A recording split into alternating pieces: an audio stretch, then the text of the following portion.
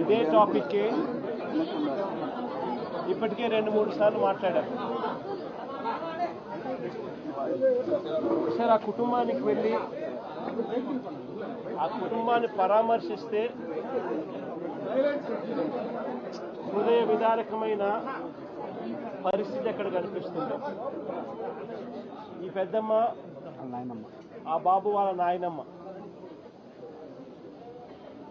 అన్న ఆ బాబు వాళ్ళ నాన్న. ఒకసారి ఆ బాబు బ్యాక్గ్రౌండ్ ఒకసారి గమనిస్తే వీళ్ళ పిల్లలు, ముగ్గురు పిల్లలు, వీళ్ళ పరిస్థితి గమనిస్తే అందరూ కూడా ఆ చిన్న ఇంట్లో అందరూ కలిసి ఉండే పరిస్థితి.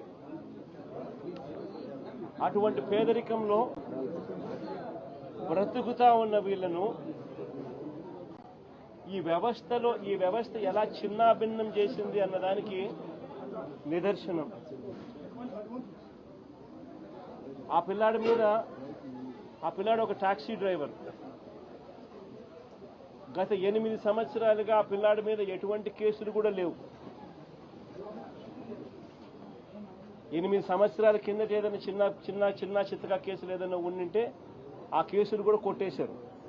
ఏ కేసులోనూ ఆ పిల్లాడికి శిక్ష కూడా వల్ల 8 సంవత్సరాల కిందట ఏదైనా ఉండింటే కూడా. ఈ 8 సంవత్సరాలుగా టాక్సీ తోలుకుంటా ఉన్నాడు. ఎటువంటి చిన్న చిత్తగా కేసులు కూడా లేవు. మరి ఎందుకు అలాంటి పిల్లాడిని బలవంతంగా పోలీస్ స్టేషన్కు రోజు రమ్మని చెప్పి హెరాస్ చేయడం? గత 3 నెలలుగా ఆ పిల్లాడిని హెరాస్ చేస్తూ, ఆ హెరాస్మెంట్ చేయడమే కాకుండా ఆ హెరాస్మెంట్ తట్టుకోలేక ఆ పిల్లాడు చనిపోయి ఆత్మహత్య చేసుకునే అంత దూరం ఆ హెరాస్మెంట్ చేయడం మొదలు పెడితే నిజంగా పోలీస్ వ్యవస్థ అన్నది ఎలా దిగజారిపోయింది అని చెప్పడానికి ఇవి నిదర్శనం. హార్డ్లీ 40 years, 40 ఏళ్ళు కూడా ఆ పిల్లాడికి లేవు. Less than 40 years age. భార్య ఉంది, చిన్న పిల్లలు ఉన్నారు. ఒక చిన్న టాక్సీ డ్రైవరు. ఎందుకు స్టేషన్కి పిలిపిస్తా ఉన్నారు? ఎలాంటి కేసులు కూడా లేవు. కేసులు ఆల్రెడీ పాతవి కొట్టేశారు. చిన్న చిత్తకా కేసులు. 8 సంవత్సరానికి ఎటువంటి చిన్న చిత్తకా కేసు కూడా లేదు. టాక్సీ తోలుకునే వ్యక్తిని ఎందుకు పిలిపించినారు? 3 నెలలుగా ఆ పిల్లాడు ఇచ్చిన మరణ వాంగ్మూలం అంటే వీడియో రికార్డింగ్ ఒకసారి చూస్తే ఆ పిల్లాడు దాంట్లో మాట్లాడిన మాటలు ఏమిటి? 3 నెలల నుంచి నన్ను రోజు స్టేషన్కి పిలిపించి టార్చర్ చేస్తా ఉన్నారు అని. నాన్న వెంకటేశ్వరరావు అన్న ఆ పిల్లాడితో పోలీసులు చెయ్యకూడని పనులు ఆ పిల్లాడితో బలవంతంగా ప్రెజర్ పెట్టి చేయించేవాళ్ళు. అంటే ఏం జరుగుతూ ఉంది?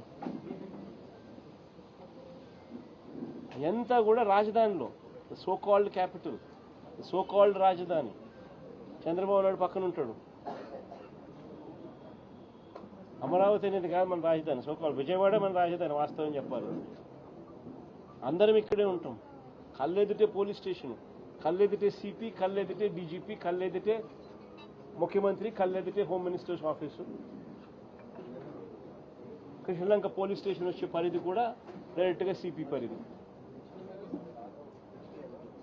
ఇన్సిడెంట్ జరిగిన తర్వాత వాళ్ళ నాన్న పోయి ఆ వీడియో కూడా చూపించి, మరణ వాంగ్మూలంతో కూడిన ఈ వీడియోను కూడా చూపించి, నా కొడుకుని దారుణంగా చంపేసినారంటే కూడా సిపికి చూపించిన నో యాక్షన్. ఎందుకు ప్రొటెక్ట్ చేస్తా ఉన్నారు? అంటే క్లియర్ కట్గా రాజధానిలో ఒక రాకెట్ నడుపుతా ఉన్నారు.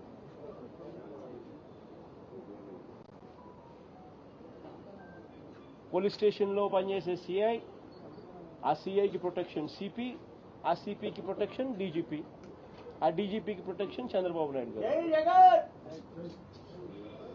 ఇదే మాదిరిగా ప్రొటెక్షన్ ఒకరికొకరు ఇచ్చుకుంటా పోలీస్ స్టేషన్లలో ఉండాల్సిన వీడియో కెమెరాలు, వీడియో ఫుటేజ్, పోలీస్ స్టేషన్లలో మ్యాండేటరీగా ఉండాల్సిన వీడియో ఫుటేజ్ డిలీట్ అయిపోయింది. 1 monthలో 2 మర్డర్ కేసులు, లాకప్ డెత్తులు. ఒకటి లాకప్ డెత్, రెండోది సూసైడ్. ఒక రిమాండ్ రిపోర్ట్లో చూస్తే, పోలీసులు ఫైల్ చేసిన రిమాండ్ రిపోర్ట్లో చూస్తే వీడియో ఫుటేజ్ 1 monthకి లేదని, May 1 నుంచి June 1 దాకా లేదని. రెండో రిమాండ్ రిపోర్ట్ మళ్ళీ చూస్తే 18 months నుంచి వీడియో ఫుటేజ్ లేదని. మరి వీడియో ఫుటేజ్ డిలీట్ చేస్తే వీళ్ళు ఎవరంటే వాళ్ళు ఎప్పుడు కావాలంటే అప్పుడు డిలీట్ చేయొచ్చా? ఒకవేళ డిలీట్ చేసే కార్యక్రమమే చేయగలిగితే దానికి బ్యాకప్ ఉండదా? వాళ్ళ బ్యాకప్, వాళ్ళ సెంట్రలైజ్డ్ ఆఫీసెస్లో బ్యాకప్ ఉండదా వీడియో ఫుటేజ్? సో ఒక పద్ధతి ప్రకారము స్టేషన్లలో ఇల్లీగల్ యాక్టివిటీస్ చేస్తూ ఉన్నారు, కొడతా ఉన్నారు, చంపుతా ఉన్నారు, వీడియో ఫుటేజ్ అనేది తీసేసినారు.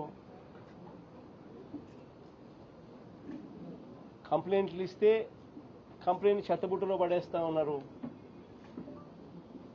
అంటే ఒక పద్ధతి ప్రకారం జరుగుతూ ఉన్నా కనీసం ఇంతవరకు కేసు రిజిస్టర్ చేయాల. It is actually an SC/ST case register చేయాల్సింది. మరణ వాంగ్మూలం తాను ఇచ్చింది, కేసు రిజిస్టర్ చేయాల. వాళ్ళ కుటుంబానికి ఏం పరిష్కారం చెప్తా ఉన్నాం? అన్ని రకాలుగా అన్నకు తోడుగా పార్టీ ఖచ్చితంగా నిలబడుతుంది. అన్ని రకాలుగా కూడా ఈ కేసుకు సంబంధించి లీగల్ ఎయిడ్ దగ్గర నుంచి మొదలు పెడితే అన్ని రకాలుగా కూడా తోడుగా ఈ కుటుంబానికి ఉంటాం. ఖచ్చితంగా న్యాయం జరిగే దిశగా కోర్టుల మీద ఖచ్చితంగా ఒత్తిడి కూడా తీసుకొచ్చే కార్యక్రమం కూడా ఖచ్చితంగా చేస్తాం.